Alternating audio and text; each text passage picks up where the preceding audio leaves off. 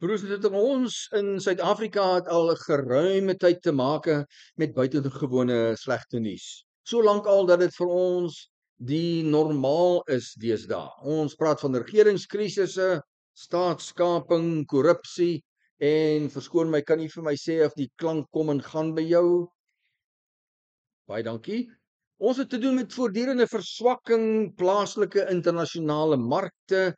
Onthou die skade wat beurtkrag aangerig het aan ons land se ekonomie en dat ons te doen periodiek met sosiale onrus.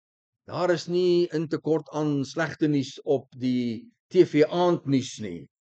En dan geld dit ook in die buiteland. Oorloë in die Oekraïne en Gaza. Ons het te doen met geopolitiese onrus, al hoe meer konflik tussen die groot moondhede, gewelddadige konflik wat al hoe meer dreig in Europa buite die oorlog. En of dit nie genoeg is nie, 'n wêreldwye inkrimping in die Christendom. Oor sukkel kerke met erediens bywoning. Selfs lande wat in die vorige eeue sendelinge uitgestuur het na Afrika en Asië, het nou sendingwerk nodig. In ons land bestaan tradisionele kerkaktiwiteite soos byvoorbeeld die weeklikse biduur al lankal nie meer nie. Te veel mense wat as Christene bekend staan, broer en suster, se Christendom het die afgelope dekades geweldig vervlak. In die alledaagse lewe kan 'n mens ongelukkig gereeld beswaarlik onderskei tussen mense wat Christene is en mense wat nie Christene is nie.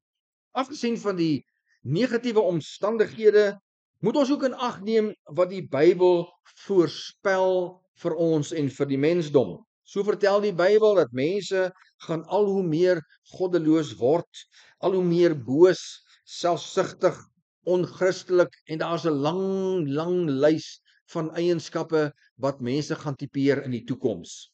Hierdie agteruitgang in mense se karakter en gedrag gaan uiteindelik uitloop op die vervolging van Christene oor in ons land ook en wêreldwyd.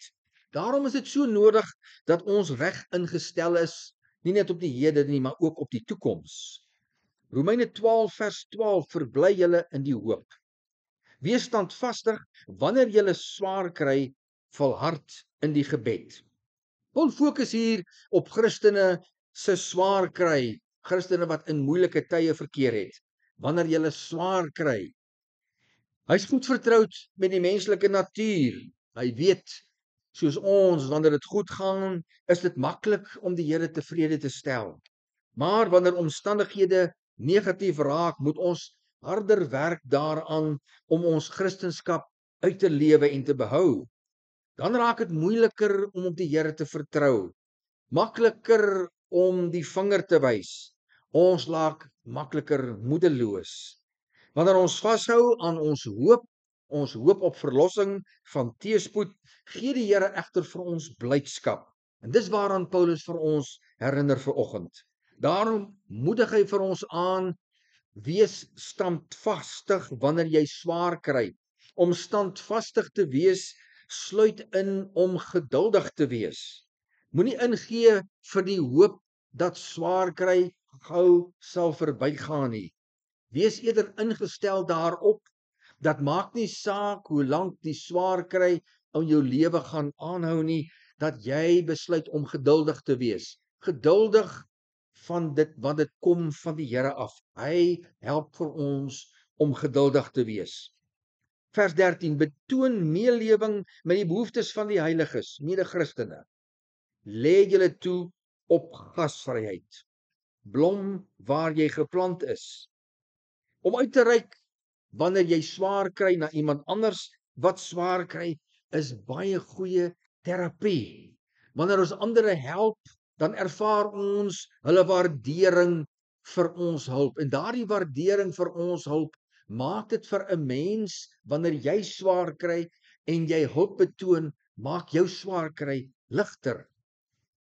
Blom waar jy geplant is. Vers 14, seën julle vervolgers, ja, seën hulle, moet hulle nie vervloek nie.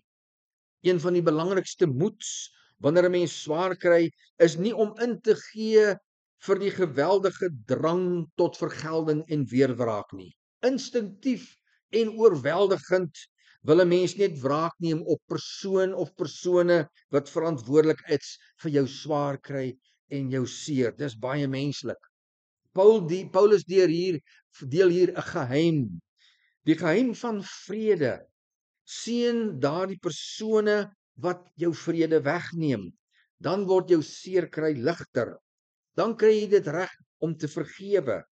Dan kry jy dit reg om daardie bose daad wat aan jou dit gedoen is, aan die Here oor te gee, want die Bybel sê, moenie vergeld nie, die Here vergeld. Daar is 'n prys te betaal, my broer en suster, vir mense wat ander mense seermaak. Niemand kom daarmee weg nie. Al doen so 'n persoon dit vir 'n baie lang tyd. Die Here sal daardie persoon vergeld. Blom waar jy geplant is. Vers 16. Wees eengesind onder mekaar, moenie hoogmoedig wees nie. Skaar julle by die nederiges. Moenie wys wees, slim wees in jou eie oë nie. Broers, wat al hierdie paar verse in gemeen het, is dat ons moet keer dat omstandighede oor jou heers. Ons moet heers oor ons omstandighede, nie andersom nie. Al lyk jou wêreld soos 'n woestyn van probleme, jy is nie gemaak om ooit soos 'n woestyn te lyk nie. Jy is gemaak om soos die Here se pragtige blommetjie te lyk wat hy jou gemaak het. Blom waar jy geplant is. Eensgesindheid. Nederiges, kwaad vergeld, leef in vrede.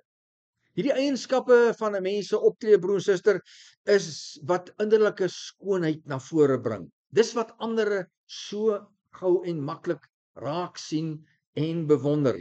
Dis die skoonheid van 'n mens se siel wat heers oor jou omstandighede. Blom waar jy geplant is. Filippense 4 vers 6. Wees oor niks besorg nie, maar laat julle begeertes en alles deur gebed en smeking met danksegging bekend word by God. Hier kry ons weer die rigtingwyser na vertroue in die Here.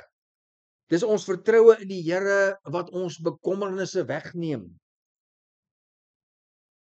Weereens beklemtoon Paulus die belangrikheid van gebed ook in hierdie vers. Maar as 'n persoon nie gewoond is daaraan om gereeld te bid nie, dan kom gebed ook nie maklik nie. Dis immers wat Christene onderskei van nie-Christene, is gebed. Vers 7. Die vrede van God wat alle verstand te bowe gaan, sal julle harte en julle sinne bewaar in Christus Jesus. Ons bid omdat ons weet die Here luister. Ons bid omdat ons ontdek het dat dit werk as ons bid. Dit werk, daar is gevolge. Daar is positiewe gevolge. Daar is oplossings. Een van die gevolge van gebed is vrede. Vrede, vrede, vrede. Daardie lewenskwaliteit wat bitter min mense ervaar. Blom waar jy geplant is. Amen. Onse Vader, dis baie maklik wanneer ons dit nie nodig het nie om te dink en te luister en aandag te gee aan dit wat ons in die toekoms gaan nodig hê.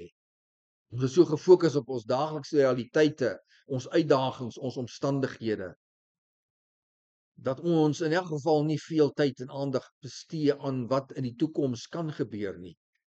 En dis waar u woord vir ons so ryklik te hulp snel, vir ons so 'n skat van waarde is, vir ons so help om voorberei te wees, dat ons verandere in swaar kry tye vir hulle kan help.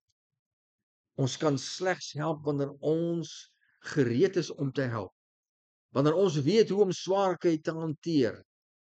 En u woord gee vir ons soveel rigtingaanwysers, soveel hulpmiddels, soveel maniere om te doen en nie te doen nie. Wil u vir ons help in daardie tye? Wil u vir ons help in daardie oomblikke? In ons donker kolle en wanneer goed dinge nie regloop soos ons wil nie. Dat ons sal uitreik in gebed na u toe vir ons te herinner. Wat is dit wat ons moet doen? Wat gee vir ons daai krag om ons omstandighede te bowe kom? Ons sê vir U baie dankie daarvoor in Jesus se naam.